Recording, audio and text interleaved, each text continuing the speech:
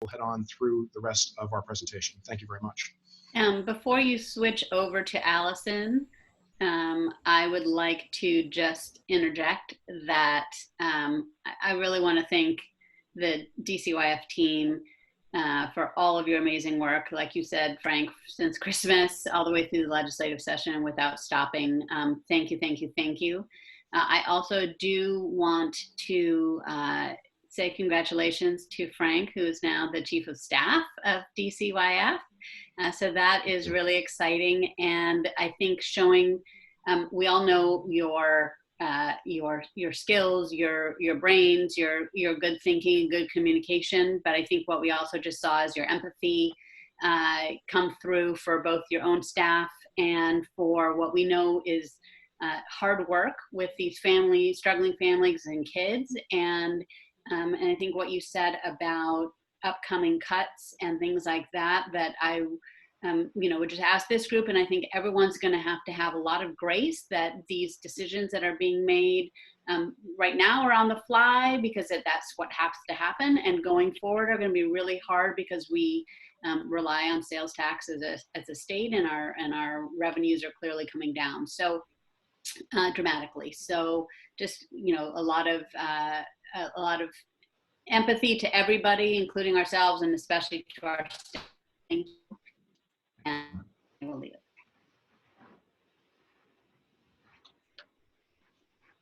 All right, Allison, I think it's yours. Great.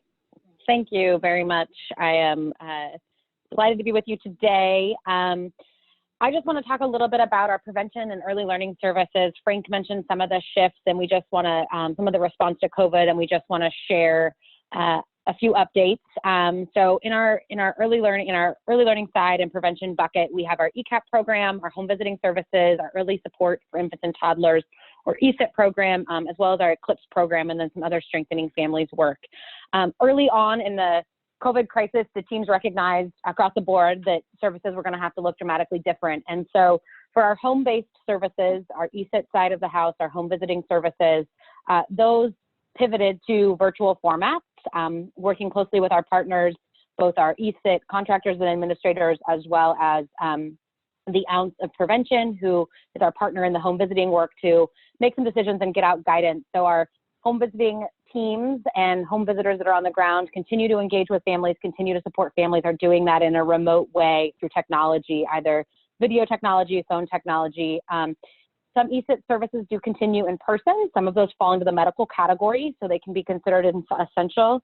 And many have, and those that are not, have shifted online. So those services continue to happen, providing continuity for families during this trying time.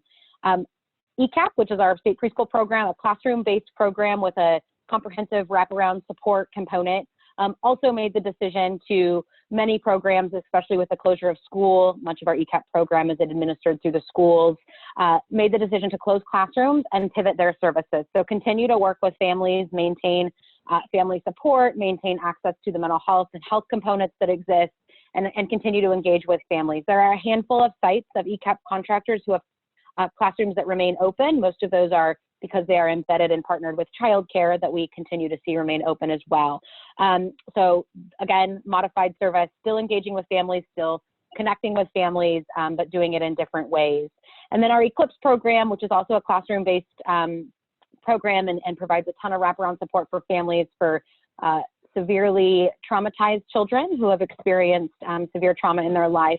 Two programs, one operated in King County and one operated in Yakima County, taken slightly different approaches, but both have closed their classroom as well, and continue to provide support for families. Both programs have licensed mental health staff on staff, and so are continuing to engage with families and really providing some of that crisis relief stuff through crisis relief support through the mental health side and the WISE program. So we have seen a lot of flexibility and adaptability of our contractors to keep families at the forefront and stay engaged and be able to retain their staff, and also incorporate some professional development and staff engagement with the workforce, but really trying to be as responsive to the crisis and keep families engaged as we are working with, in these buckets, some of the most vulnerable families across our state.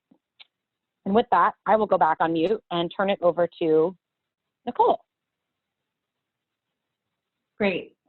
Thank you, Allison. And I appreciate the comment about the mental health piece.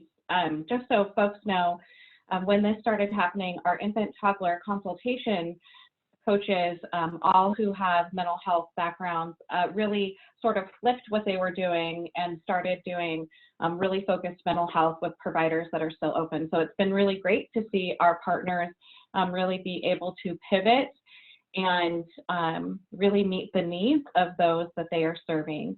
So I'll talk a little bit about childcare. We were originally tasked with really looking at how do we provide care for those essential workers. And so trying to come up with a plan with the CCDF dollars that would allow us to provide care to that group and think about what the cost of that care would be.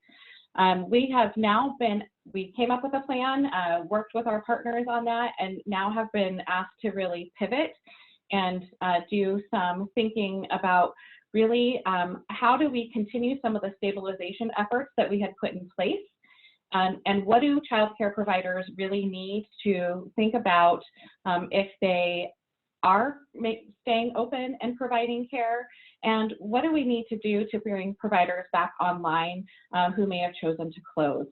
So I'll talk a little bit about some of the stabilization pieces that we have put in place, and many of these are in place through June. And these are both things that we try to do on both the provider and the family side. So recognizing that families, as they're reapplying for child care subsidy, are reapplying really in different situations than they may have been in the past. So as we think about the provider side, one of the things that we did was move to enrollment-based payment. And so what this really means is if the family is authorized for care and was supposed to be in care at that site, whether that family is going to the site or not, the provider will still get that payment. And that goes across licensed centers and family homes. We also really thought about families and their ability to pay co-payments at this time. If they are not considered an essential worker, they may have been laid off, but that continuity of care is really important. And so we have waived family co-payments through June.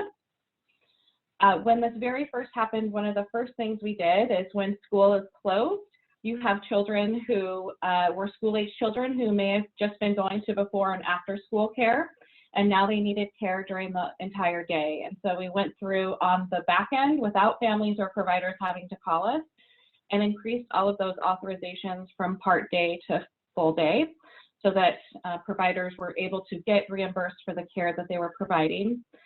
And then the other thing we have done is provided some flexibility around the activity requirement for working parents.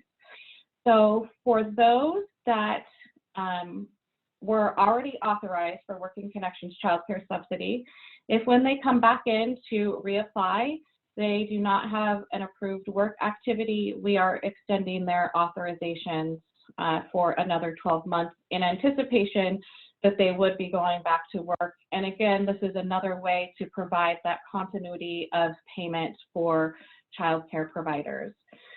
There are a couple of important things happening in this area that I think it's important to highlight. And one is that we are really working in lockstep with the Department of Health on their guidance related to what should child care look like, what are the social distancing measures, what are the safety measures and precautions that child care providers need to take.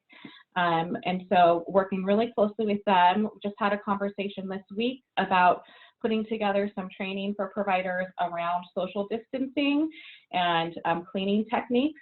You know, I know that many of you know the environmental rating scale and the feelings that providers had about that for a long time, but it's really good that we practice really good hand washing and how to focus on that because that's really important right now. And we're really trying to emphasize with providers that hand washing in some respects may be even better than glove use for them because you have to do those, put gloves on properly and stuff. So trying to highlight the practices that they already have in place that are really meant to protect them and the children that they are caring for. The other thing that we are really cognizant of right now is as the stay-at-home order may be rolled back or lifted, What does that mean for parents who have school-age children who need to now go back to work and don't have a place for their children to go? And we're also hearing that there are some summer camps and things that may not be happening. And so I have a group that's really trying to work on and think about what does that mean? And really, what does this mean when we think about group sizes of 10? It's a little bit different for our childcare providers, and we need to think a little bit differently about the financial model. And so that's some of the work that we are doing right now. So I will pause there, and I think we're going to do questions at the end, Allison, or as we go. I think at the end makes sense unless somebody feels differently, so we can move through the updates, but I would defer to Krista. Yeah, Agreed. Let's do it at the end. Yeah. Great. Great. Then I think I'm turning it over to Steve. Great, thank you. Sorry, this is Lonnie interrupting real quick. For those that aren't speaking, can we just do a gentle reminder to mute your phones? Thank you. Thank you, Lonnie. And good morning, everyone. I want to start by acknowledging Frank's sincerity in thanking DCYF staff who have been working on these issues. And I want to just extend that as well to all of our provider and policy partners that have been working together with us on this. This would not be possible without constant interaction with all of the folks that are actually doing this work. And so I really want to extend that thanks to all of you who are on the call who do that, and those that we work with who aren't on the call. The partnership has been incredible, and we're really, really grateful for people's help.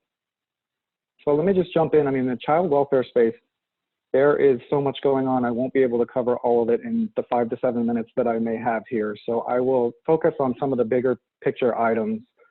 As Frank mentioned, we have had to make some really difficult decisions in this space, some of which potentially not everyone agrees with. And, you know, it's a tough environment to move some of this forward, but I want to start with family time.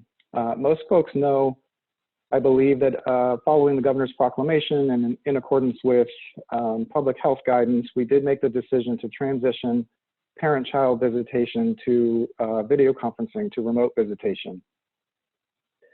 So we've been working since really late March, very early April, 1st of April, with family time providers and caseworkers to identify families' technology needs. So if a family is already working with a family time provider and they're already assigned to that provider, they have been reaching out to families to say, hey, do you need a phone? Do you need expanded data package? Is there a hotspot that would be helpful? What are the things that you would need to be able to facilitate video conferences? Caseworkers who are carrying visits have been doing the same thing. Once we've identified those needs, we have routed those through concrete goods providers who have then been fulfilling orders for families so that they can obtain the equipment that they need to participate in remote visitation. We have been staying in communication with family time providers around this and how it's going. We've been doing webinars and phone calls. Some of the family time providers, when we first began the phone calls, were reporting they had already transitioned 100% to remote visitation, that they moved fairly quickly to get their families up and running in this way. Others we have been working with along the way to help them get to that same point. We are expecting some initial data on the delivery of visits by contracted providers post-transition within the next week. What we have tried to do is, well, not what we've tried to do, what we've done is said to providers, you need to deliver the visits the same way that you would have prior to COVID, but now you're just doing them remotely. There are some things that they've had to do with families, for example, that are flexible. So where visits might be ordered at 2 hours twice a week, and you have a 6-year-old who would have a difficult time being on video for 2 hours at a time, they have been sometimes breaking up those visits to multiple days of the week, but still providing the total 4 hours. So they've really been creative in sort of addressing how we can do this with families during this time. Again, we expect to have some initial data very soon on how many of those visits have been provided. And we are also, I just want to emphasize in kind of closing out the family time piece of this, that we are working now on scenarios in which in-person visits are safe and feasible to do now. So we understand that this can't go on forever. It wasn't actually a decision. This was one of the decisions we didn't relish making. We understand that visitation and contact between parents and children is extremely important. And to the extent that we can start thinking about groups that we can resume in-person visits with now, we are, as we speak, I have a team that's fleshing some of that out with some of our provider partners and some of our leads within DCYF to think about certain populations. So they may be, for example, young people who are in kinship settings, and can we think about in-person visits for those, for that group of kids? Can we think about the kids who are on the cusp of going home, and not only should we be thinking about should they just go home, but also can we do some in-person visits there as well? Of course, we'd be keeping in mind caution and social distancing and all of that, but we're thinking about the different groups that we can maybe move some of this ahead with. We're also thinking about a long-term transition plan for getting back to in-person visits across the board. So let me transition to BRS, our group care facilities, and I didn't see Luba on the call. I want to just second Frank's acknowledgement of the leadership that she's shown in kind of moving some of this work forward. She's been facilitating the work around group care facilities, as licensing does license many of those across the state, and BRS is just one subset of those that they license. So she's been leading the work around this, but I can report that one of the things that we've been doing in that space is to be really flexible to the extent that we can, and while still maintaining safety within group environments, flexible with contract and service provision requirements. So for example, where we've been able to adjust staffing ratios, again, not going to a point of not being safe, but where we can be flexible on those, we have been. We've been, not suspending is maybe not the word, we're still asking the group care facilities to work on performance-based kind of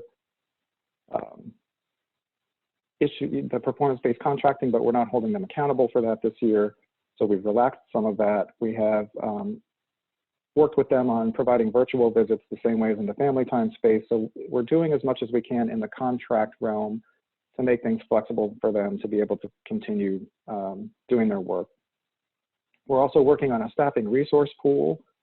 Luba's been trying to move that work forward and doing a great job thinking about, are there college students or other folks who might be willing to pitch in if we have staffing shortages at some of the facilities because staff become ill. And so we're working on the licensing and other considerations around that and how to create a staffing resource pool for BRS providers.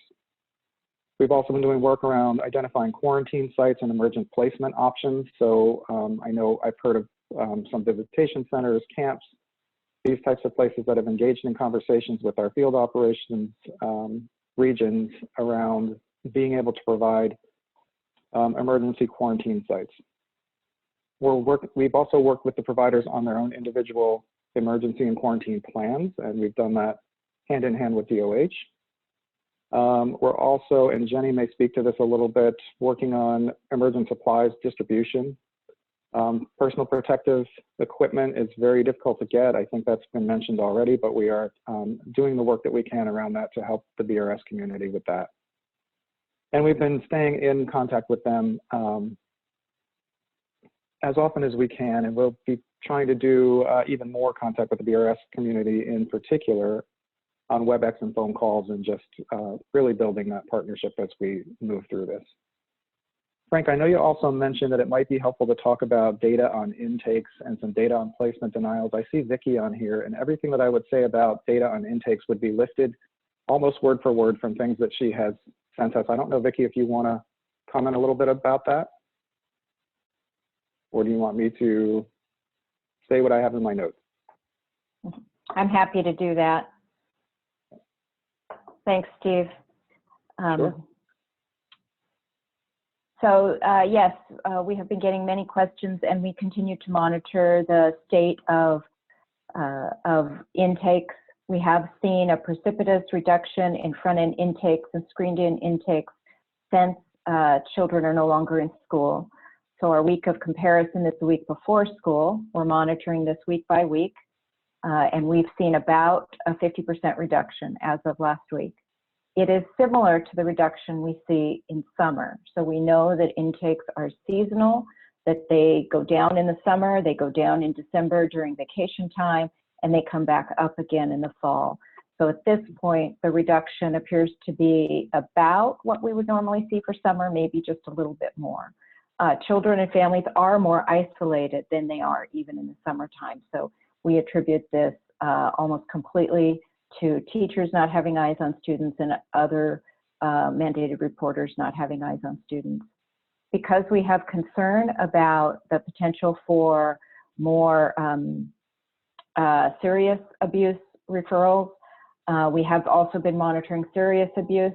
Our 24-hour responses referrals have gone down, but not as much.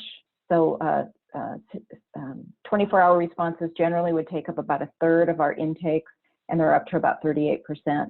So the decline in 24-hour response has not been quite as much as the decline in overall intake. We know that child abuse and neglect are lagging indicators of family stress, so we don't expect to see immediate increase. We expect to see a lagged increase. We are doing things like examining what was the increase as a result of the last recession. What's the literature say about crises like this and its impact on child abuse and neglect? We're trying to be able to project ahead. We're trying to be able to know where we might be seeing intake increases or serious abuse increases in the near term so that we can respond. We are very concerned about the highest risk areas of the state. As you know, and we've talked about before, we've done some work over the last couple of years to identify those areas of state with the highest baseline rates of child maltreatment and see what we can do to put more resources in those communities. I'm very concerned about those communities in particular, and we are thinking together about ways to try to provide more support for families in those communities.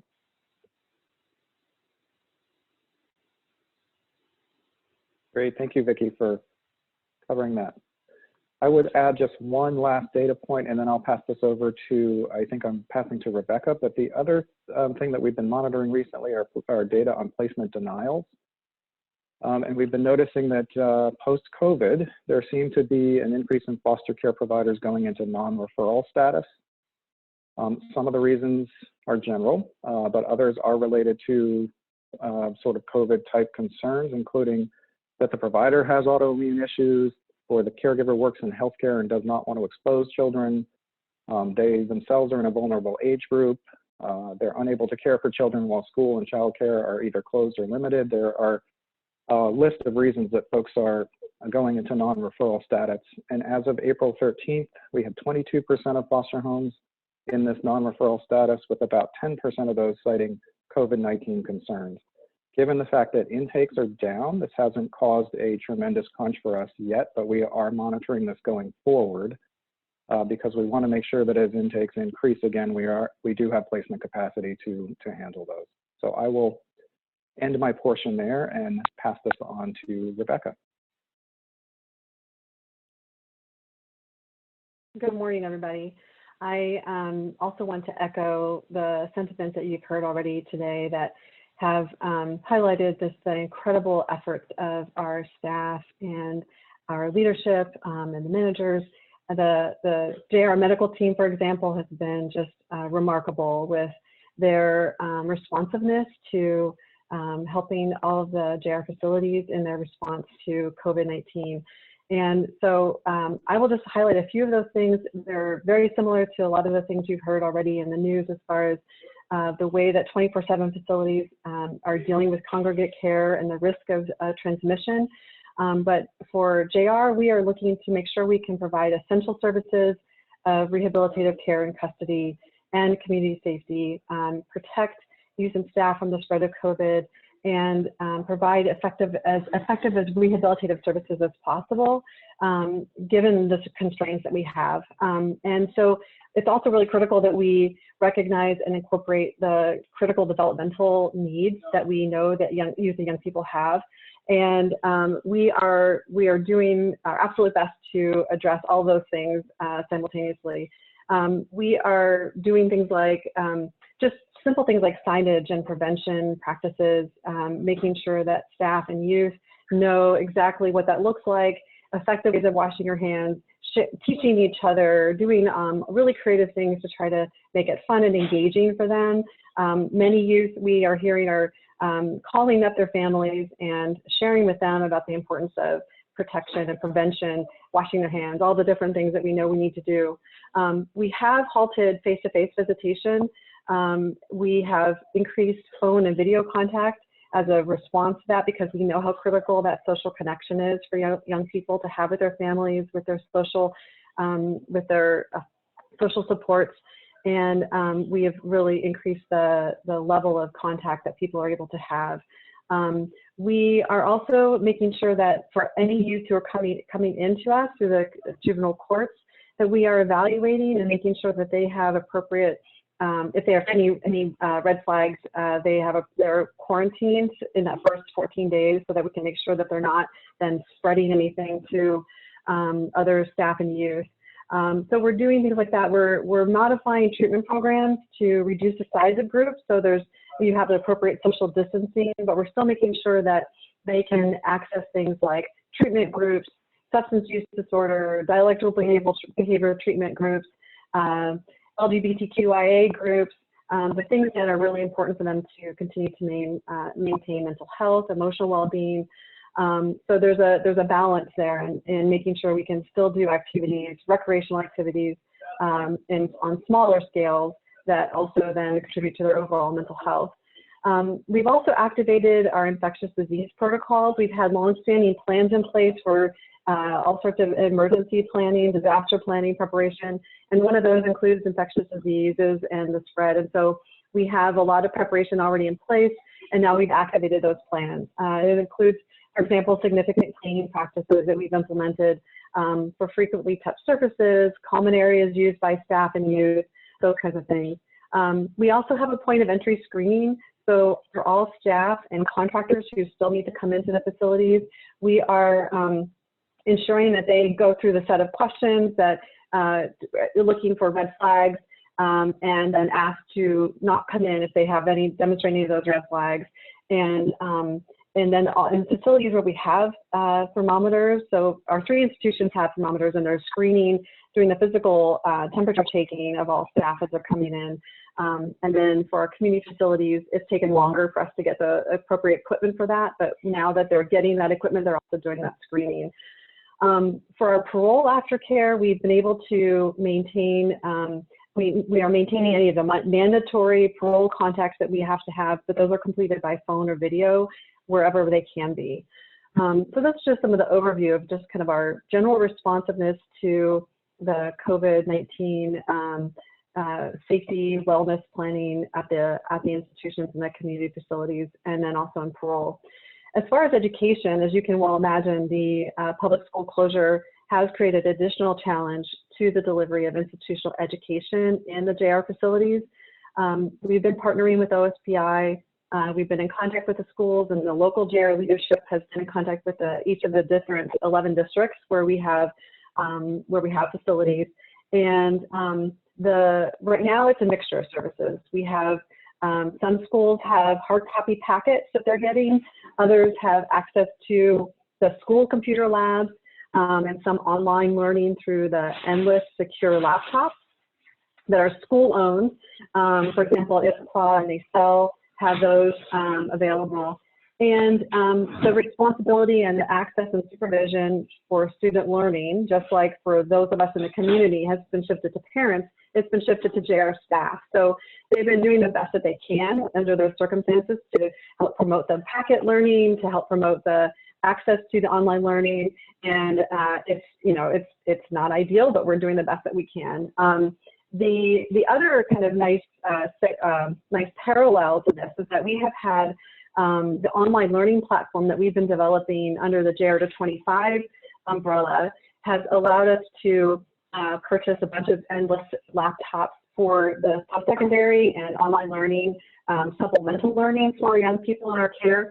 And we've been deploying those to help support the lack of educational access during this time. So it's been a nice corollary supplemental learning access to with online devices that are they're secure devices, but they have the online download material onto them so that youth can access some really engaging material to continue their learning at their own pace, and also to tap into some of the other educational programs that the school districts could supplement it with.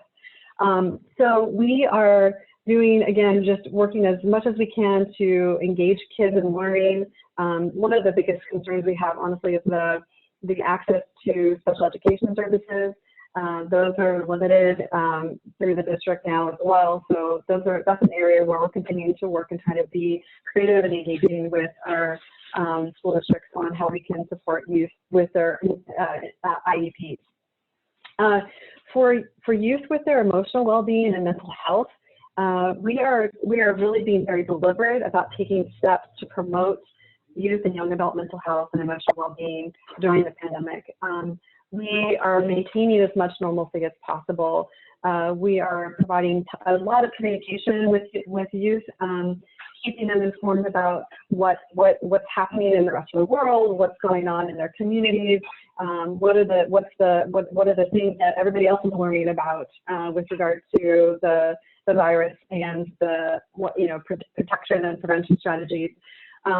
Where our medical staff are meeting with youth and talking to them about what they need to do and how to universal precautions that we're all taking to help to decrease their anxiety. We're keeping staff informed. We're stepping up efforts to have that the local leadership to have a ton of contact with and communication with staff. So as much as we can decrease their anxiety, that also then translates to the emotional well-being of the youth that they're caring for. Like I said earlier, we're adding as much large muscle recreational activities into the mix as possible, because that also we know increases mental health, and having the increased connections with families and social supports. We all have religious, spiritual mentors who are having weekly reach-in, call-ins to youth, and we're doing meaningful activities and engagement with community. So young people are finding ways to support their local communities. For example, our Ridgeview community facility and the young women who are there have been making masks for a local nursing home, and that has blossomed. And now they've been getting orders from other facilities. And one of the young women there has said, "I'm saving lives." Like she's seeing herself in a whole new light that she's never seen herself in before. And so that's a really powerful way, as we all know, to have some control over the situation and to have ownership, which is a really wonderful thing to see. Thank you, Rebecca. We're finding new. I'm going to have to ask us you to wrap up, because we want to make sure we get to some questions as well. If there's anything of absolutely necessity points to make, but I think we want to get to some questions by board members as well. Sure thing. I'll just wrap it up there. Thanks. Okay. Thank you. Thanks so much. Frank, are there any other staff that we wanted to hear from before we move to questions? Yeah, I wanted Jenny Hedden to have a moment to talk just about contract and budget real quick before we head to questions. Okay, and again, let's we'll make it brief. We're going to be over, but I think that's okay. And so anybody who's joined us for public comments at 11, please know that we're running a little bit late. And so just bear with us and we will get to you. Thank you. Welcome, Jenny. Thank you, Representative Sen. I will keep my remarks very, very brief. So we have heard mention from Steve Grilly and Nicole and Rebecca a little bit that we had made modifications pretty quickly to contracts. So we have over 1,500 contracts as an agency. It did not make sense to do a full amendment process for those contracts. We wanted to move more quickly to provide information to providers about how they could modify their services. So we have already been in conversation with all major contracted provider groups to tell them about how to modify their services. And we will be launching a website probably next week for providers to actually affirm that they agree with the changes and conditions to their contracts, the changes in the services they're providing. And then also for two of our service lines on the child welfare side, family time and the combined in-home services, we are moving away from a fee-for-service model that we have into a retainer payment that will be made to providers. That will help stabilize those providers, give them sort of a guaranteed source of income. They will continue to provide services for us, and those services are so modified at this point that the regular fee-for-service just didn't make sense. So we are moving to those. We've been communicating with every single provider on that front, and so far providers are very thankful for that approach. It's giving them a lot more certainty in a very uncertain time. And then just want to touch briefly on the CARES Act in terms of what we're seeing for DCYF to receive. There is $58 million in additional CCDBG funding that Nicole talked about. We have actually already received that funding, received it sort of on our books yesterday. And we have $1.9 million that we are anticipating on the child welfare side of the house from the increase in the FMAP rate related to Title IV funding.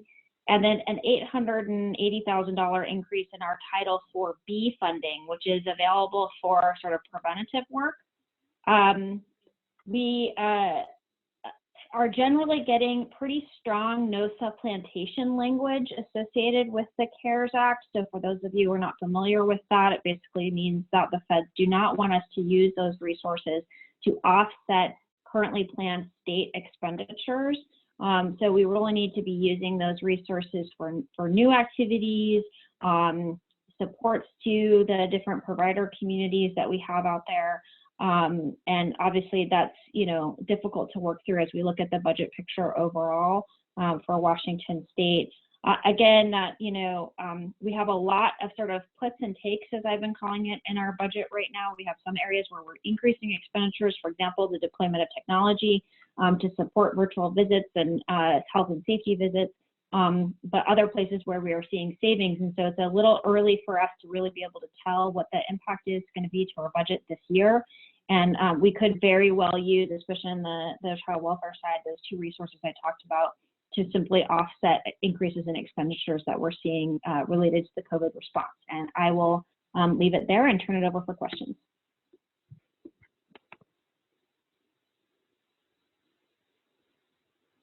Thank you, everyone from DCYF Leadership. We've gotten a number of questions from board members submitted in the chat box, which I've been monitoring, but with some side discussion with one of my co-chairs, we've decided that it would be best to have the board members themselves ask those questions. So I'm going to just give a little prompt. For the first question was from Lois regarding the department's strategic plan review process. And Lois, do you want to unmute yourself and ask that question live? Sure. So I was just thinking about, I know that a number of us have been reviewing the strategic plan as DCYF has asked us to. And I realize that contingency planning is separate, but just wondering with what's happened with the public health emergency, what the department's plan is, if that's already started, or is that something that you're looking at doing after everything is done? And then who will be overseeing that work? Well, I'll go ahead and take it on. Thank you so much, Lois. The work on the strategic plan, just to take the last part of your question, is absolutely a collective effort here at the agency. So there's a number of folks who are contributing to the development, review, and the content of that. Vicki Barr has played a major role in establishing where it is now, but there is not a single person who's responsible for the plan, I guess, other than Secretary Hunter. So there's a number of people that will be contributing to the content and the direction of the plan. Obviously, with the disruption of the pandemic, a lot of our, all of our public meetings, we had over 60 scheduled in support of conversations related to the plan that all had to be canceled, both with staff and with stakeholders. We are starting to reboot some of that work now that we can sort of see at least some horizon of this, and with everybody getting used to using platforms like this, we will be doing some strategic plan review and conversations. We also anticipate, while we haven't had the full review that we would like at this point, we are confident about the sort of the big picture elements in that plan. And they, at this point, I think I'm comfortable saying that they will be at least part of our decision-making matrix when we go into these difficult budget times. If you're contributing to the goals and herein, then we're going to be working really hard to save you. And if you're not contributing to those goals, we would have been having those difficult conversations anyway. So we do expect the plan not to be the arbiter of those decisions, but to certainly play a role in them going forward. And your feedback will be a big part and be helpful to make sure that we do that well. But you should expect some stuff coming, Lois, specific about outreach and review of the plan to follow up. Okay, thank you, Frank. And the next question we had submitted was from Representative Sen regarding the number of childcare slots that have closed. Was there more on that, Representative Sen, that you wanted to ask about? No, so just how many childcare and childcare slots have been lost or closed since the pandemic?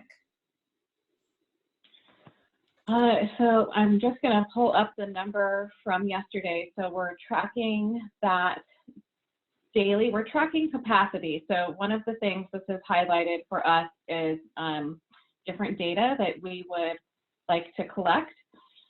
So as of yesterday, there were over 1,400 sites with a licensed capacity of over 75,000 children have closed across the state. And of those, around 969 served approximately 10,000 children on subsidy. And so we're tracking that by centers, family child care, and school age program.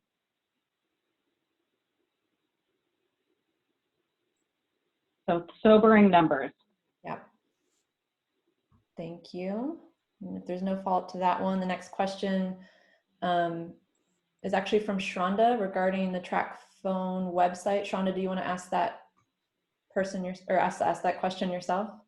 Sure. There has been lots of conversations around virtual visitations, accessibility, and there is a huge disconnect from headquarters down to frontline workers. I work on a team of 8. Not one of us has been able to access a device. So I'd like to kind of get some clarification and really a clear direction so that parents are able to access devices for their children. And then secondly, my question is also is that it feels like there is a large emphasis on preserving placements and relationships with foster parents. I do not see or feel that there has been any actions towards trying to see what is the experiences of parents and preserving them during this really difficult time. We want parents to keep the momentum moving forward to getting to their kids. And so we recognize that engagement and contact with children is vital towards reunification. And it doesn't feel at this point that that has been a priority at this time. So I'm just going to interject here, and if DCYF, just because we have time issues, if DCYF can share the response about how do people get equipment, if they can email that out or respond in the chat box, that would be great to cover that.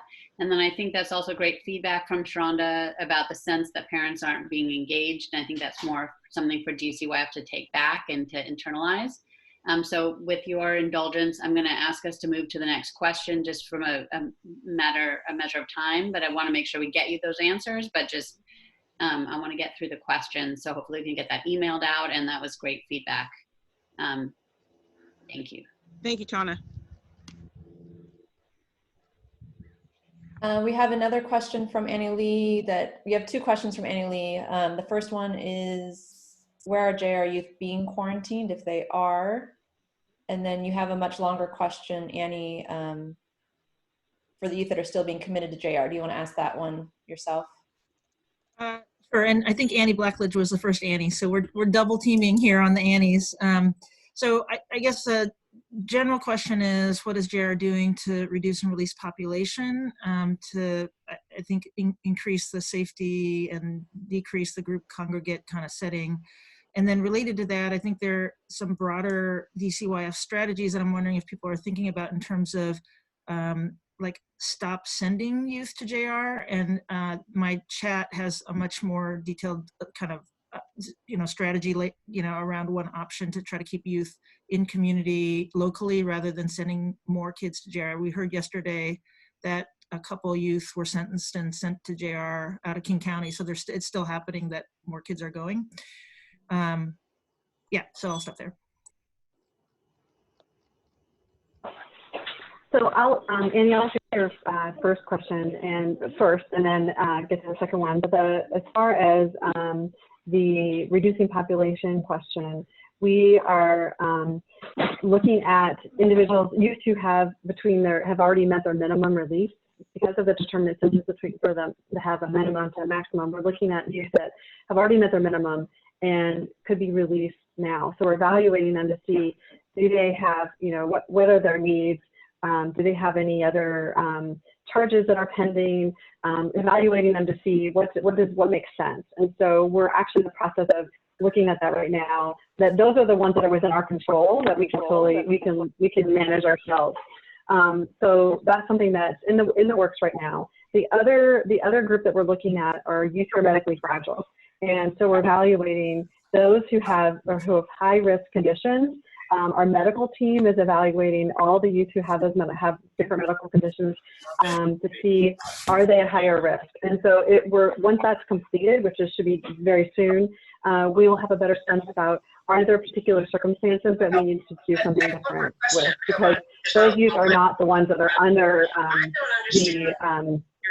sorry, I'm getting a bad feedback there. They're not under they have not met their minimum release date yet. And so we would need to do some other kind of evaluation of what would be an option, like the DOC, the governor has commuted some sentences. Maybe that's something we would look at in this case, or taking them back to court, see if they can review the order for those particular youth. So those are things that we're looking at now to reduce our population. We have had a spike of intakes in the last couple weeks, a month. Partly, we think that's because the detention centers are also trying to reduce their population, and so we have been getting some more. We hope that that's actually going to decline because we know that the court activity has decreased a bit. But I completely agree with your suggestions, Andy, as far as the other options that do exist for disposition alternatives, mental health, substance abuse, other options, sex offender disposition alternatives, so that those youth never would come into JR and we could have them served locally. So those are absolutely conversations that I think would be really critical to have. I think there was one other question about the quarantining, and that was I put an answer in the if I could just chat. Yeah. If I could just ask everybody to check your mute. If you are not on mute, please make sure you're muted. Thank you. So just real quickly, the quarantining is we're setting that up basically in a room that was very similar to what they would be in otherwise, and with the same kind of services and supports and attention to their mental health and well-being that we would be providing to them in a regular setting. So I can give more information on that, but I know there's a bunch more questions. I'll stop there. Thank you, Rebecca. And actually, due to the time, what I'm going to do is all the questions that have been submitted by board members so far in the chat box, I have been tracking them. And just to make sure that we're respectful of everyone's time, I'm going to follow up with the department and the leadership individually to get those answers in writing, and then share those with the board as well as anyone from the public that is listening and wants to know those answers as well. So to respect everyone's time, I want to thank department. I'll hand it over to our co-chairs to do the same as well, but just want to make sure that we move on with our agenda, and also to ensure that we get the questions answered, at least in writing. So Representative Sen. Yeah, thank you for that. And again, if people just can read some of the department has replied to some of those questions in the chat box already. So we also just want to make sure that we get the answers, but we also don't burden the staff with too much extra writing, so we can grab them from the chat box if there are answers there too. Thank you everybody for your engagement on this. I know this section is kind of like all the things that we do as the oversight board, and so there's lots of interest, and I do appreciate that. And after this call, if you have other questions, do feel free to send them in to Ruth, Kagi, me, and Krista, and we can help get some of those answers as well if you didn't have a chance to ask them here. So thank you for that. And again, huge thanks to staff at DCYF who, you could see that some of you are at home, but some of you are still at the, command center, if you will, at the office. Clearly you are essential, and we know so many of our childcare providers and our home visitors and our social workers and those facilitating visitation are also essential workers, whether officially deemed or not. We know that they are essential, everyone at JR. So thank you so much. And I know that just as DOC is dealing with a lot of issues around the population, JR as well. And just again, amazing and fabulous that so far there have been no infections at JR. And really applaud you and are grateful that our kids are safe in your care. So thank you, and we pray that that continues. So with that, I would like to turn it back to Krista to help facilitate the public comment. So that's the next part of this agenda is if you would like to have any public comment, please, well, I'll have Krista tell us the rules on that one. Thank you, Tana. Yes, we're asking anyone that would like to make a public comment to actually email Nicholas Colgan, and I will enter in his email again in the chat box, but I'm going to hand it over to Nicholas because he has had a few names submitted already, and he's going to call off every individual one at a time, and we ask that you just keep your comment brief for a few minutes since we had 15 minutes allocated to this on the agenda and we're already running a little bit late. But I will submit that here and then hand it over to Nicholas for our first public comment.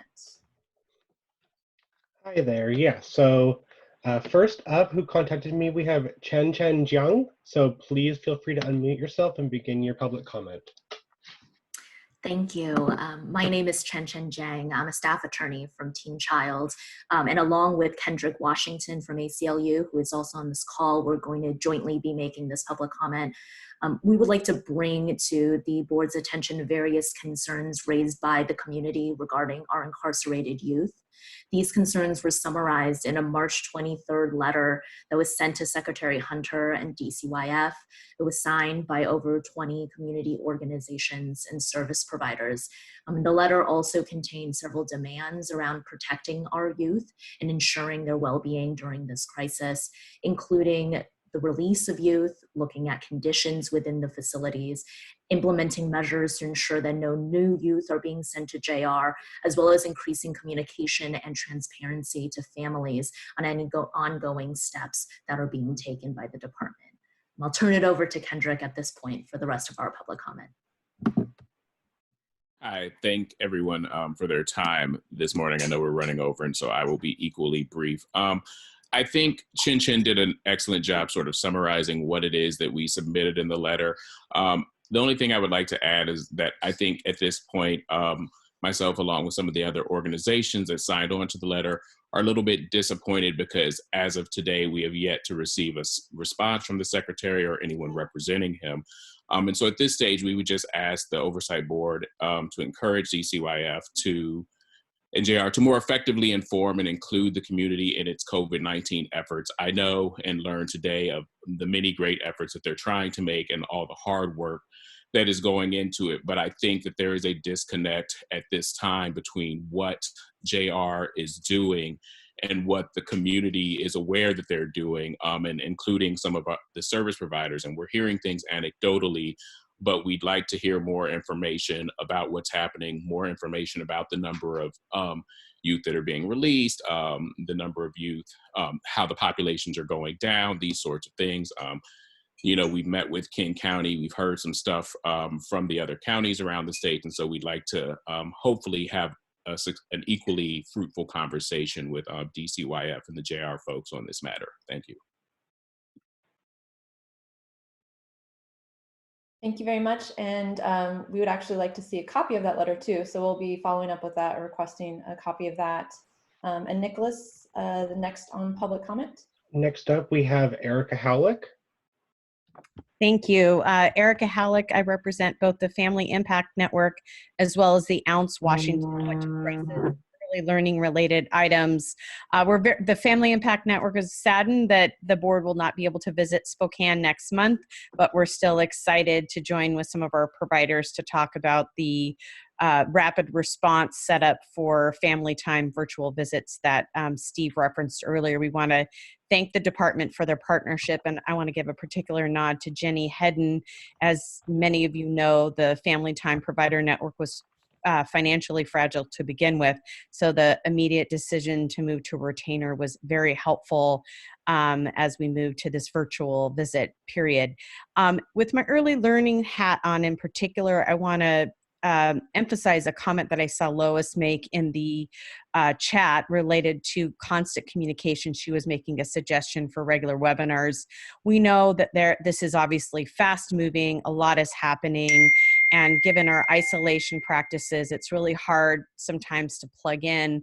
So urging for transparency and communication, and where possible, public input, particularly around the use of the federal dollars, not only the Child Care and Development Block Grant funds that the state has received, but for example, there's another big pot of money for local education agencies that in part can be used for childcare. So how can this plan be developed as inclusively as possible? So thank you again.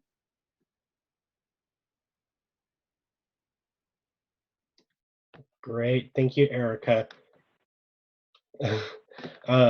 So next up, for the last person that contacted me, we have Lori Lippold. So please feel free to unmute yourself.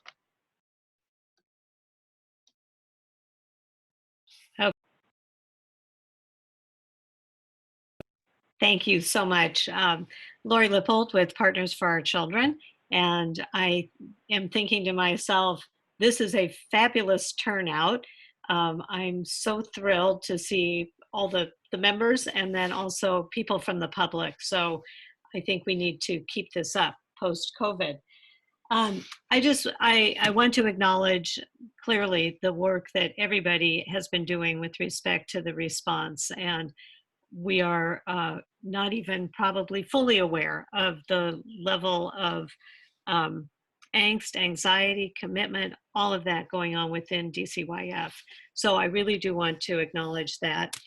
I also think, though, it is really important for the Oversight Board to hear from people in the provider world and parents, caregivers, et cetera, kinship caregivers, the vast number of unlicensed and informal kinship caregivers who are really doing amazing work out there.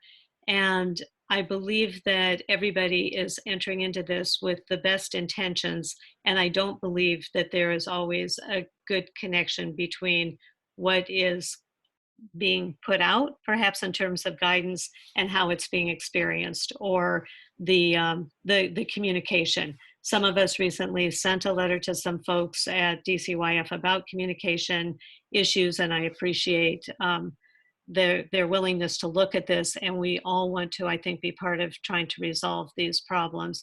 But I do want to just be able to acknowledge that there are folks out here who are struggling, as you all know, a lot, and that the decisions can't come soon enough sometimes, and I know that's really hard, but for the Oversight Board to have an avenue to hear that side of it as well. I also want to just give a shout out to the Family Impact Network, because in my mind, and as I think many of you know, I'm a supporter of the network administrator approach. I think that I'm glad you're going to somehow figure out how to do the meeting, because I think this crisis has demonstrated, like nothing else would, the value of having a network administrator. So I think they're doing great work, and I think the department's partnership with them seems to be going really well too. So that's it, and I appreciate this, and I hope everybody stays healthy. Thank you, Thank you so Lori. much, Lori. Sorry, I know I'm talking over Nicholas. I apologize, Nicholas. Is there anyone else that signed up for public comment? No, that is all who contacted me. Thank you so much, and thank you everyone that contributed. I will now hand it back over to our co-chair to introduce our next presentation for the DCYF Racial Equity and Social Justice team. Krista, before we do that, I would like to make a comment that having been in the legislature during the Great Recession and seeing the impact of the cuts that we made, I really am appreciative of the efforts the department is making to assure that our provider network is not being devastated, which is what happened the last time around. There weren't referrals, and there were the funding instability caused loss of a tremendous number of providers. And losing that infrastructure, we know it's very hard to rebuild it. So I'm just particularly appreciative of the very thoughtful way the department has been addressing the many issues that have come up and have focused on assuring that the infrastructure is stable. And I will just echo that, and also just mention that I think what Ruth brought up a little bit earlier about the DCYF Oversight Board thinking about kind of the principles that we want to share with the department of, as budget cuts become necessary, what do we want to make sure we maintain? This to have people start thinking about that again. You know, we're not going to be micromanaging which cuts, but more the kind of the key principles for them to keep in mind, whether it's our next topic, which is racial equity and social justice, or as Ruth said, maintaining providers, or making sure the integrity of a system, a provider system, is maintained, and just those sorts of things. So just to, again, make sure people are putting that on your hat, putting your hat on with that in mind.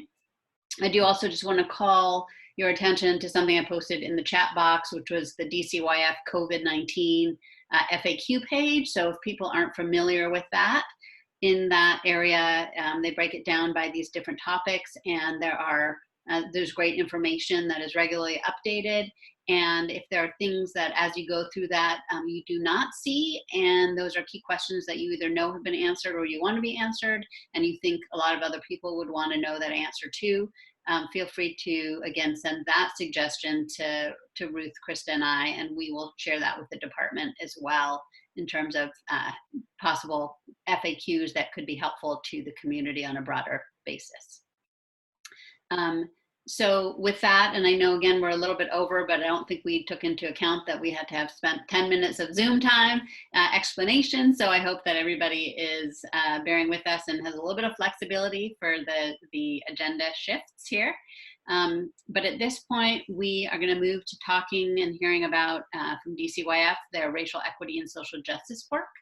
And again, with all of this, I imagine some of this has shifted and changed because of COVID, but certainly the underlying importance has not shifted or changed. So with that, I would like to welcome LaToya Holmes-Ware, who's the administrator for the juvenile for JR, and Day Shalgren, who works with child welfare.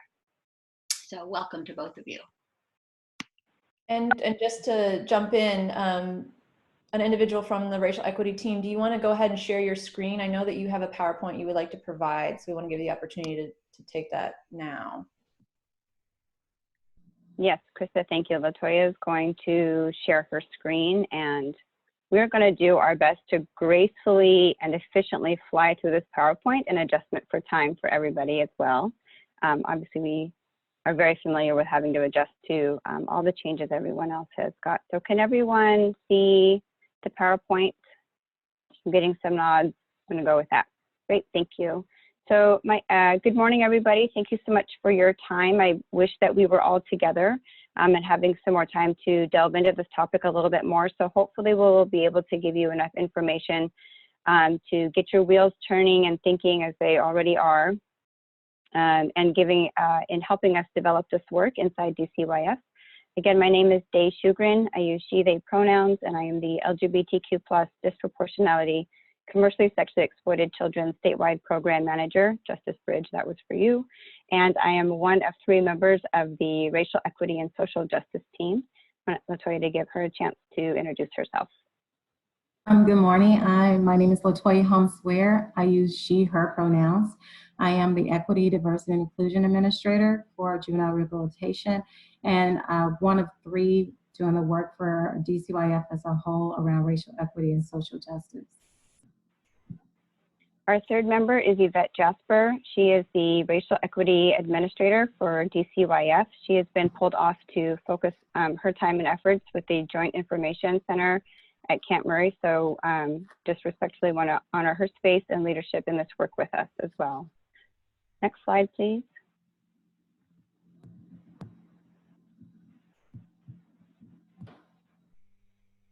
So we always want to open up these community meetings by acknowledging with respect to the land that Washington is on. And it is the traditional ancestral homelands of many indigenous folks who have stewarded this land since time immemorial. Not recognizing and knowing where everyone is actually sitting, we're doing a broad acknowledgement this morning with you all. We again want to recognize the indigenous communities of land who occupy our country's history, and settler colonialism is integral to racial equity and social justice work. So that's where we will always begin. We are encouraging this practice for opening events and public gatherings to show and respect and to take steps towards correcting stories and practices that erase indigenous peoples and cultures. Next slide, please. This is where we always, the other place we like to begin is to establish some community agreements. We know that beginning conversations or continuing conversations around racial equity and social justice can be difficult. Normally we would spend more time here, but I just want to highlight a few of these agreements that we like to have in place moving forward, and understanding that many of you have worked together before and in some similar spaces, and many of you are guests as well, but we want to make sure that we're putting relationships first and focusing on our common goal of addressing and advancing racial equity and eliminating the disparities in family outcomes. We also want to recognize there's space for multiple truths. Please pay attention to power dynamics in the room and on the phone. We want to be kind and brave and acknowledge any discomfort that we feel and pay attention to it rather than avoid it, taking care of ourselves, and being confidential if folks are willing to share information or choose to be vulnerable in this conversation. One of the pieces that we don't include here is that we're going to promise a safe place to have these dialogues. I can't promise you a safe space, and neither can LaToya, because we don't know what safe means for you. So what might be safe for Krista is going to be different for Frank. It's going to be different for Shwanda. And so what we want to do is acknowledge that safety is variant and fluid, and that it takes all of us to have that space together. Next slide, please.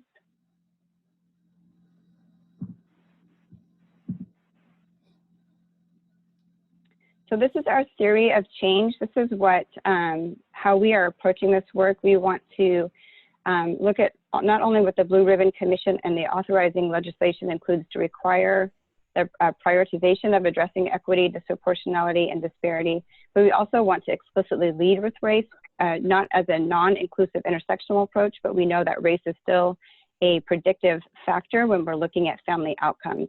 And so part of that is looking at how we normalize this work. Oftentimes this work is attached to a person or to a certain office, when we know that addressing racial equity needs all of us to fold it into all of our work, whether you're a frontline worker or a contracts writer or in budget or a program manager or supervisor, that it takes both from the top down and the bottom up to come together and normalize, for lack of a better word, this work as we fold it into every little thing that we do. We need to move to organize it as well. So the Racial Equity Change Team is an internal change team I'll talk about in a little bit. And that is involved not only with DCYF staff, but also our families, communities, tribal, and stakeholder partnerships. And then our next step with inducing change is then how we're operationalizing it. And that can look at our data, it can look at our processes, it can also look at our plans as well. Next slide, couple slides. Oh, just we're on sorry. 5. Yep, perfect. No, you're good. Fluid. So this is the DCYF Inclusive Racial Equity Change Team, also known as DIRECT, is doing work with a national organization called the Government Alliance on Race Equity. We're also working more locally with Washington partners as well. And our vision is to transform DCYF culture and practice to advance racial equity and justice for every person that we come in contact with. We also know that this work is not just in front of us, but also beside us. So what does this work look like also for our staff and for the infrastructure that we're creating? And so our role is to design, coordinate, and organize our racial equity plans and systems to instigate these change efforts. Next slide, please. Some of our responsibilities look at again, having a shared framework and approach, coordinating and communicating, raising awareness, and developing divisions and teams that are accountable and have result-driven work. Some of this can be really simple in terms of like having a common language.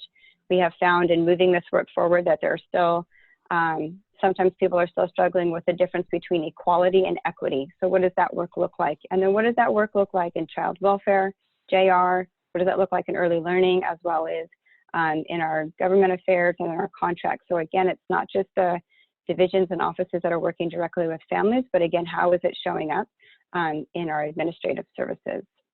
Next slide, please.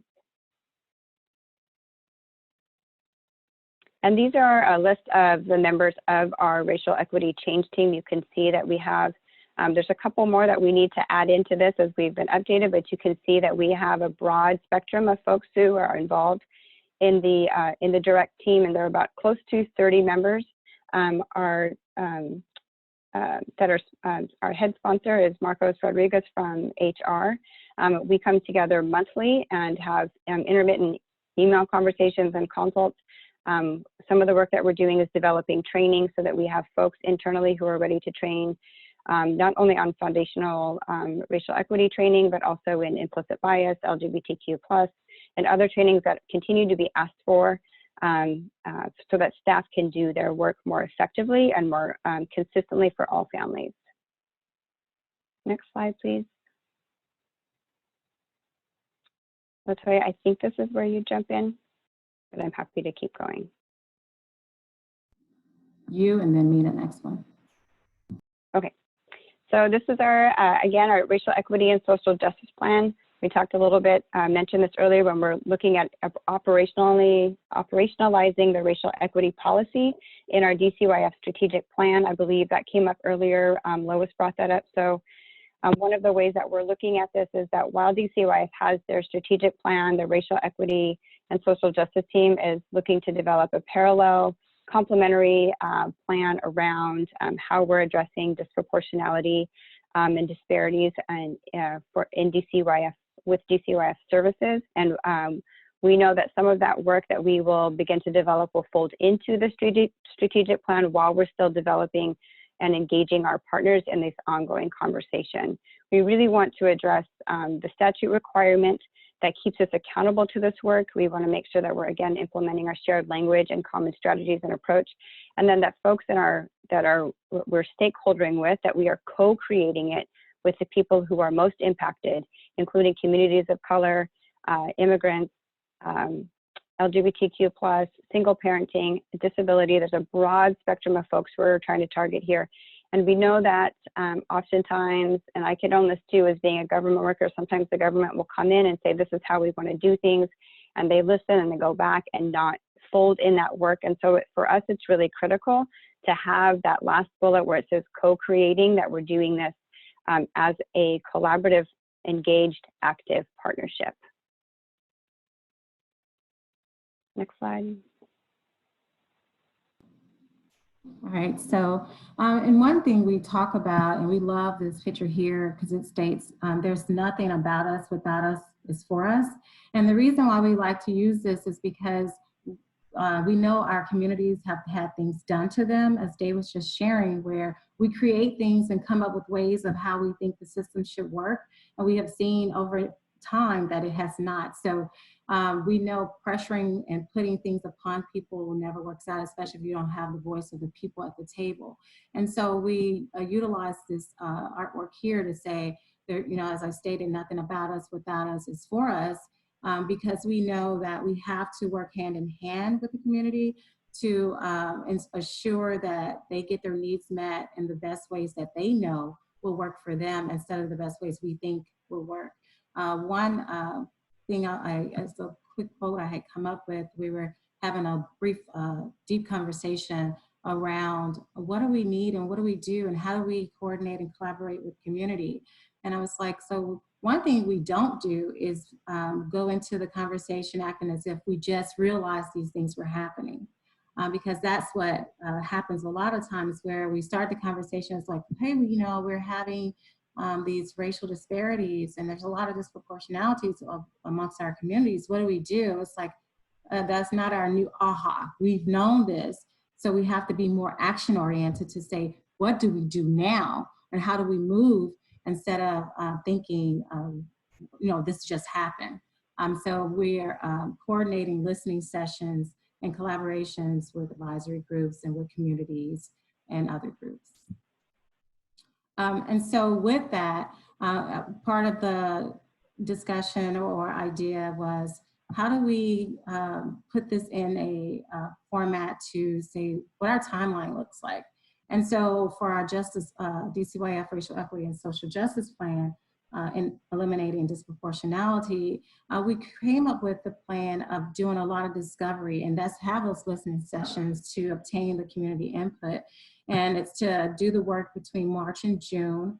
And as you know, we know some of our timelines, it's going to move around a little bit because of COVID. It kind of pushed us back, but we have continuously been engaging in conversations and with groups to have that discovery piece. And there's a lot of discovery that's been done with a lot of other coordinated efforts within our early learning programs and others who already have gone out and gathered some information with the community. So instead of doing that rework, is to how do we move and address and have those conversations to not have the same wants, to be more impactful. The next part of the timeline is between July and November is looking at analyzing, reflecting, co-designing, adjusting priorities and strategies. So now that we have information, how do we now see how we're going to utilize it and how can we make it part of our plan, and so that everyone feels like their voice is at the table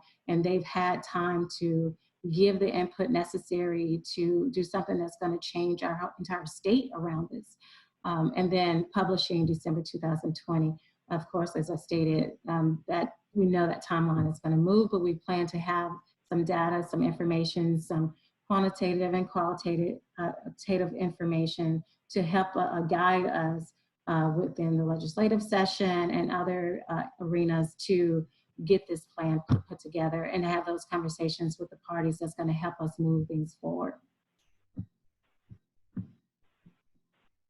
So how has COVID-19 impacted the work we're doing? As Dave shared earlier, Yvette Jaspers, our racial equity administrator, who's one of three of us who've been leading these efforts, has been pulled away to do the community engagement task force and with the Joint Information Center to really do and help assist in the work of how our communities, marginalized communities, are being affected, and to ensure that we're not leaving them out when they're having conversations or coming up with different plans and guidelines. So she's doing a lot of great work with that. So her being our third piece, Dee and I have had to, come together and take on a lot of work with within the department to ensure that we're continuously moving this work. But we have continued to do presentations and have listening sessions with advisory groups and other groups within our program groups within our organization who are asking for this information to be part of the conversation, to be part of the collaborative effort in moving this work. Is one thing we continue to say is we three are being held to lead the work along with our direct team, but it's not about us and one group can't do that. Everyone has to be part of it. Everyone has to be in it. So we continue to push that out, that this is going to be a plan for everyone, not just a plan for this group. We do a lot of gathering and sharing of information. We do a lot of, we're on a lot of national calls, a lot of statewide calls, and learning and what's going on with our marginalized groups, and we're sharing and getting that information out to our executive team, our EOC team within DCYF, and even Yvette, we're sharing alongside each other to make sure that we're looking at our state and seeing what we may not be thinking about when it comes to the groups that are usually left out. Also, we're doing a lot of work around policy creation and some work. We're giving input to some statewide training policies.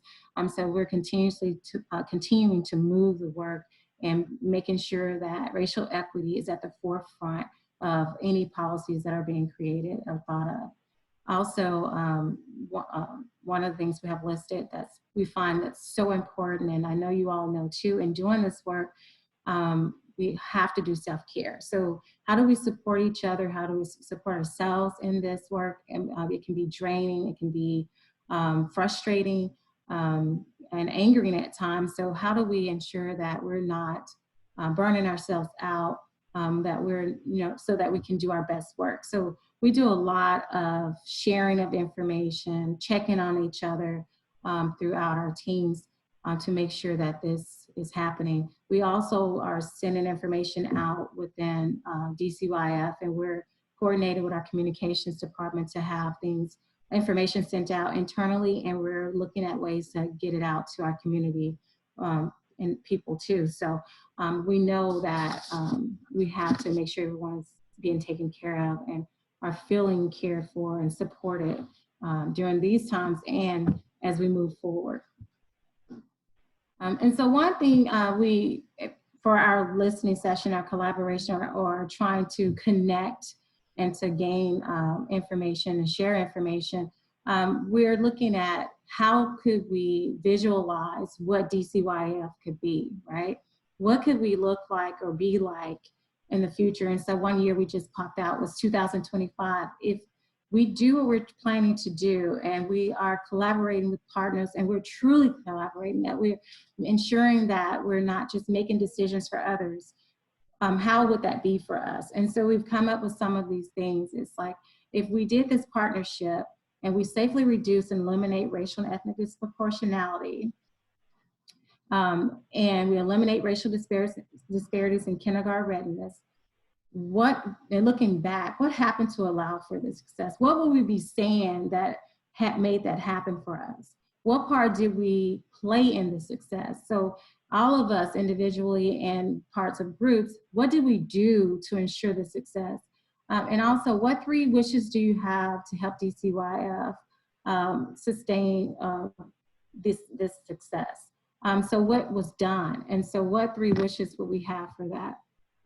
Our question 2 is, are there programs or people in DCYF that we should lift up as good examples of how to support young people and their families in positive and uplifting ways? If you could transform one thing about or in DCYF programs, what would it be? Who is missing from today's conversation? Who should we partner with? Who out there are doing some great things, some great work that we may not have tapped into, and that would be great, would do what we're trying to do to ensure that we're not just addressing, that we do not, in the years to come, have such a huge volume of disparities and disproportionality, and we're working towards to end it completely. So what would that look like for us? So those are the questions that some of the questions we utilize. We also change questions as necessary, because we know with different partners that our questions may come in ways that the community may not understand. So we partner to find out, how should we change these questions up? That's another thing. So we're collaborating from every level to find out, what do we need to do to ensure that we're bringing in everyone's voice, that we have the right understanding, and that others understand what we're trying to do. So those are the things that we look at when we have those discussions. Last but not least, we always end with a quote, and this is one we use sometimes. It's not just words, action expresses priorities, Mahatma Gandhi. Because our group especially, and I point out a lot, is words are one thing, but what are the actions, because you hear over and over again, oh, we're gonna do this, or this is what we have in place, this is the plan. And most of the time it goes up on a shelf and no one ever does the work. That's not what we're about. We're action oriented, and we're trying to move, and we'll be moving things. So what does that look like for all of us together in this? So I think that's the end. So yes, again, here's our contact information. We thank you so much for listening to our presentation.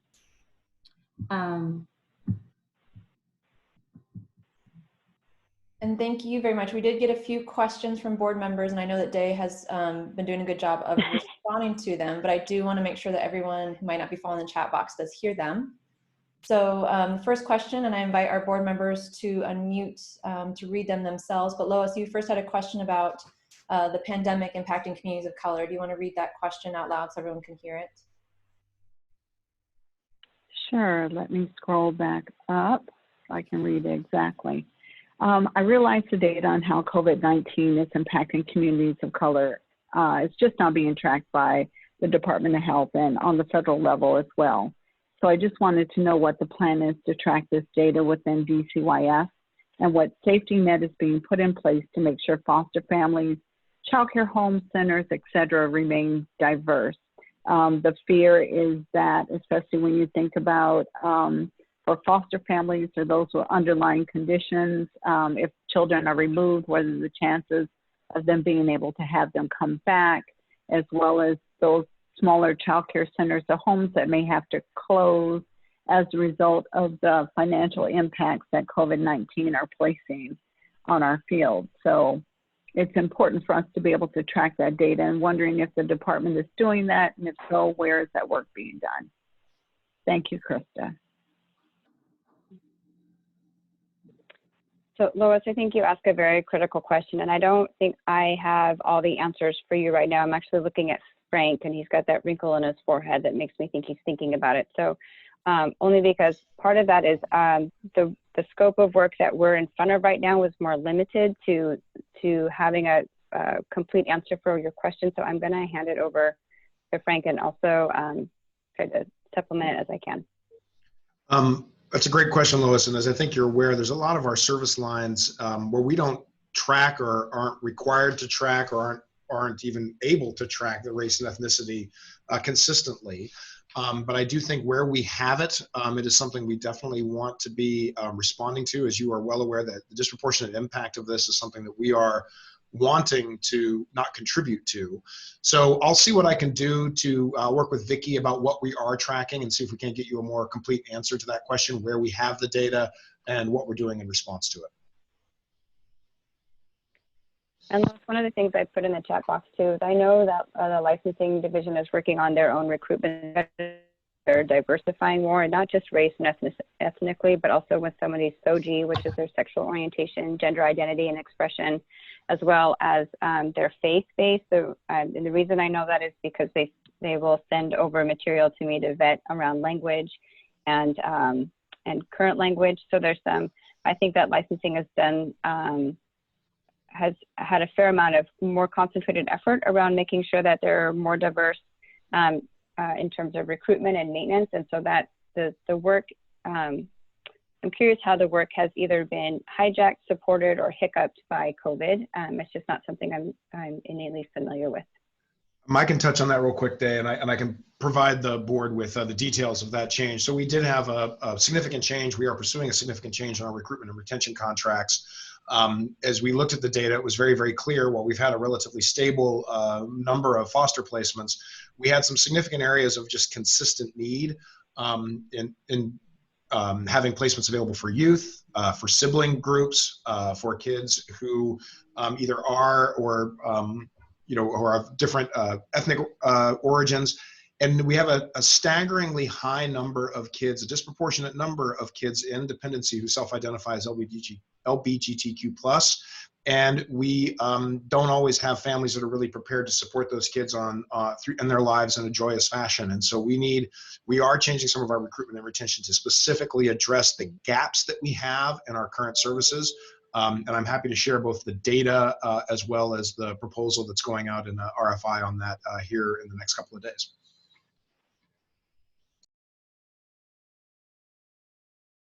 Thank you, everyone. And another question we've received, and Shonda, I can ask it for you, but if you want to unmute and expand or clarify, but you were asking about the process of gathering community input, and you asked exactly where that was happening.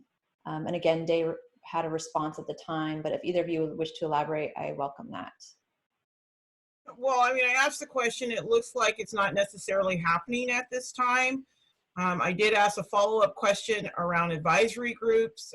Day did offer a few of them, but just to expand on my question a little bit more is that the groups that you did identify, didn't really speak to, do you have more of a diverse array of stakeholders advising? Because the 3 that you offer didn't really, I don't know where the parents that I would come across would be represented in those groups. No, absolutely, Shonda, I appreciate that. So part of what we're adjusting to is when we, pre-COVID, right, our plan was to tour the state and provide listening sessions both during the day for staff primarily and in the evenings primarily for stakeholders. And before that effort could be fulfilled, right, we knew that getting to every region was going to be difficult for the 3 of us. And so we had adjusted to hitting half of the regions this year and half of the regions next year. And then COVID hit. And then we were trying to pull back to just addressing the advisory groups that DCYF currently has. We know that there's some of those in adjustment as well. And the ones that we haven't had a targeted effort to identify the advisory groups right now as we adjust. These are the groups that have invited us in or we were already on the agenda. So there's no way in an inclusive or holistic list about where we're halting or where, and we also need to look at where we're going. So if you have a group that you would like us to come talk with, we'd be happy to do that. We're trying to figure out what our rhythm and our momentum is right now because we want to continue to collect the data. Sorry, my son just came down and I'm getting like a stink eye from a 12-year-old over here. It's distracting me. I'm trying to ignore him. I got it. So we're trying to collect the data and figure out how the best way that we can do that while we know that folks might have limited capacity or access. So any part of our ask for the Oversight Board is where else do we need to go and how can you help us get there? Thank you, Dave. You're welcome.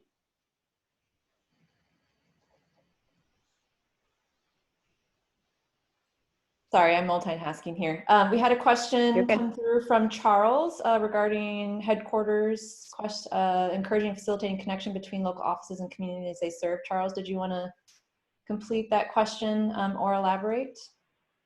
Yeah, I mean, as a worker, I mean, this is my question on most things that coming out of headquarters, but I think in this particular this particular area, I think that it's particularly important is how are we getting local offices connected directly with the communities that they're serving, and not having this be something that community groups go to Olympia, participate in this process, and then Olympia sends out a policy and workers feel like something's being handed down to them.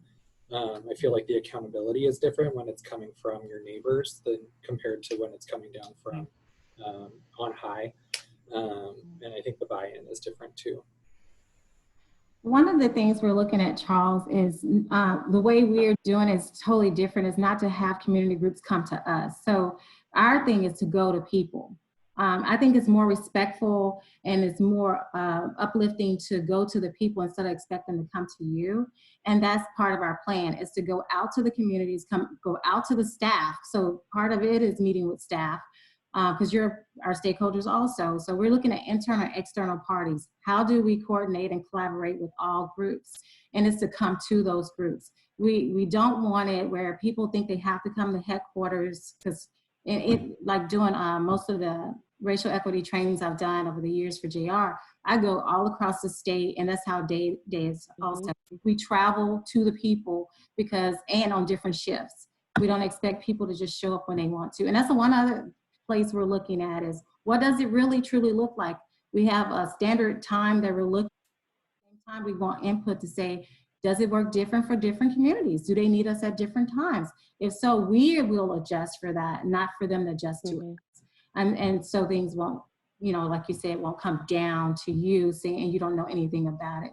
So our way of doing it is totally different than I know what has happened before in other arenas. It's truly to do it as a respectful process, to be supportive of people, our staff, and our stakeholders. So.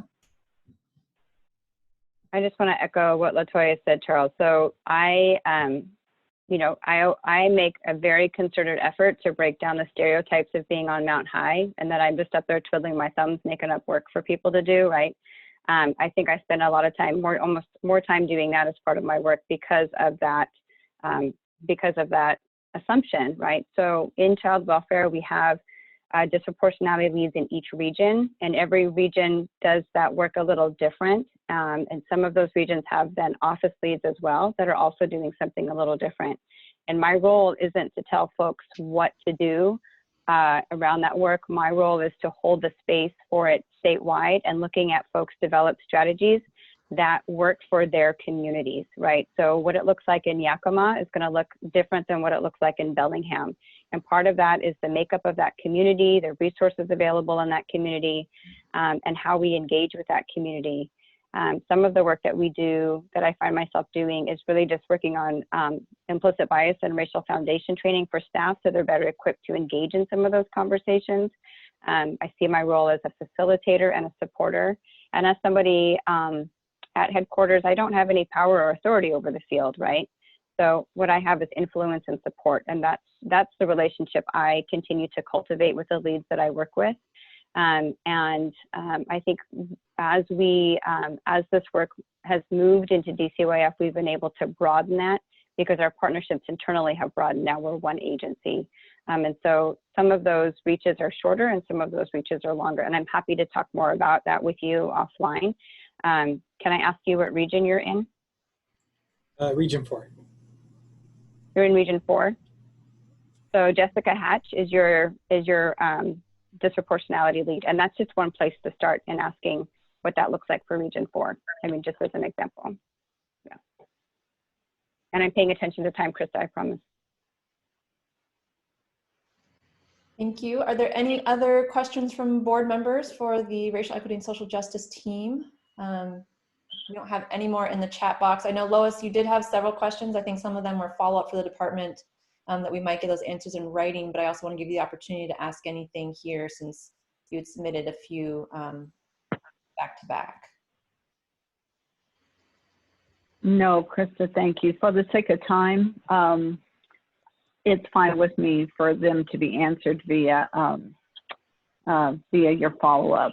Well, with the exception of just going back, and this is more follow-up to, of being able to have more webinars and that type of thing, possibly put on my DCYF community engagement team to keep those in the field, whether it's childcare providers or foster parents, those on the ground updated about what's going on and what the department's doing and that type of thing, as well as to find out where input and all that's coming from. So to say that, and to thank the team for what they have done and will continue to do for our families and small businesses throughout the state, our youth, our children, just everyone. That's it. Great, thank you. And are there any other questions for our great presenters here from the Racial Equity and Social Justice team at this time? And again, and I assume Day and Latoya, you're open to any written questions as well. So if we get any follow-up questions, that I can follow up with you and get those answers back to the board itself. Okay. Thank you, Lois. I think you summed it up at the end very well. Thank you guys so much for joining us, and please send our thanks to Yvette, who has been called away to do even more extra important work or additional extra important work. So thank you, thank you. Really appreciate your guys' effort. And as you can tell, this is a huge priority for the Oversight Board and certainly for many members of the legislature as well. So we thank you for your work and briefing us, and we look forward to staying in touch about it. So we are at our wrap-up time. I want to thank everybody for participating. I know people are at home, but still having lots of different priorities, and really appreciate you guys making this one of them. I know it's also kind of sometimes hard to join in by conference call for long meetings, and I'm definitely recognizing that for myself and for my kids who are trying to do school and over lots of periods of time, and that is just not easy as well. So thank you to everybody. and for Krista and Nicholas, who are continuing to keep us organized. I would like to share that, again, as we mentioned, next meeting, Krista, correct me if I'm wrong, but focus on the Spokane Fin work. And Lois suggested in the chat box, and I think is a good point for us to also just briefly at our next meeting review what our roles and responsibilities are of an oversight, partly because we have some new members, and partly just as we go forward, especially at this time, talking about budgets and looking at kind of what's to come, just as a reminder of where we are in the level of oversight versus implementation or anything else. And so I think that's a great suggestion. So as always, we welcome other people's suggestions for agenda items that we will take into consideration as we plan out the year. That might be a little bit different than maybe what we had anticipated a few months ago, just given everything and where we are. So I think that will be, you will see new agenda items going forward. I do want to reiterate what Krista said at the beginning of the meeting, that if people have recommendations for co-chairs, for a new co-chair as a legislator, we're looking at Representative Dent or Senator Braun. And then I think we can also have the option to have a new co-chair for the community member, but also the option is to renew Ruth Kagi, but it is not an option to renew me. And so just if there are nominations or suggestions, just keeping that in mind for our next meeting as well. I'm going to turn it over to Representative to Ruth Kagi. And before I do, I just want to again thank everybody for all your support during this legislative session and your forgiveness for me kind of dashing in and out, especially at the last meeting. But just keeping us focused on the real work. This oversight board is so important to kind of reorient us, to make sure that we're hearing more from the field and that we are getting that valuable input and kind of hand raises of where we're missing the mark, where we're doing things right, and to bring in more voices and perspectives. And it's been super helpful to me personally, and I think for the legislature and for the implementation of DCYF. So thank you so much to everybody, just very personally. And I will turn it over to Ruth Kagi for some remarks as well. Well, thank you, Tana, and thank all of you for your participation and for your good questions. This obviously is a very complex and challenging time, and the department is, I think, learning as it goes forward. But I personally am, I think we can see the impact of having a Department of Children, Youth, and Families as opposed to having the separate divisions that existed before we passed the bill. And that is really facilitating a very nimble response to a lot of the issues that are coming forward. So I know there's a great deal of work that needs to be done, and one of the issues that we need to figure out is how we go a little deeper to carry out our role of oversight and what that might entail. So I think at the next meeting we should have a robust discussion of our oversight role. And I just thank each of you for your participation in the Oversight Board. It's, I think, a very productive effort and is keeping us on top of the changes and the policies as we move forward. So thank you. And Krista, do you have any closing remarks?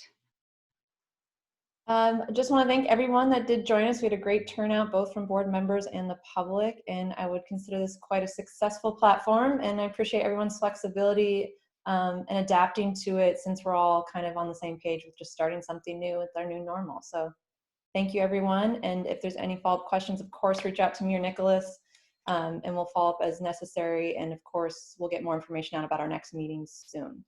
And thanks again to Senator Braun and Katie Byron for joining us as new members. Appreciate that. Really excited to have you on board. So with that, actually with 5 minutes to spare, consider that my gift to you for the day. I think we are adjourned. Thank you so much. Thank you, everybody. Good seeing everybody. Same. Bye. Thank you.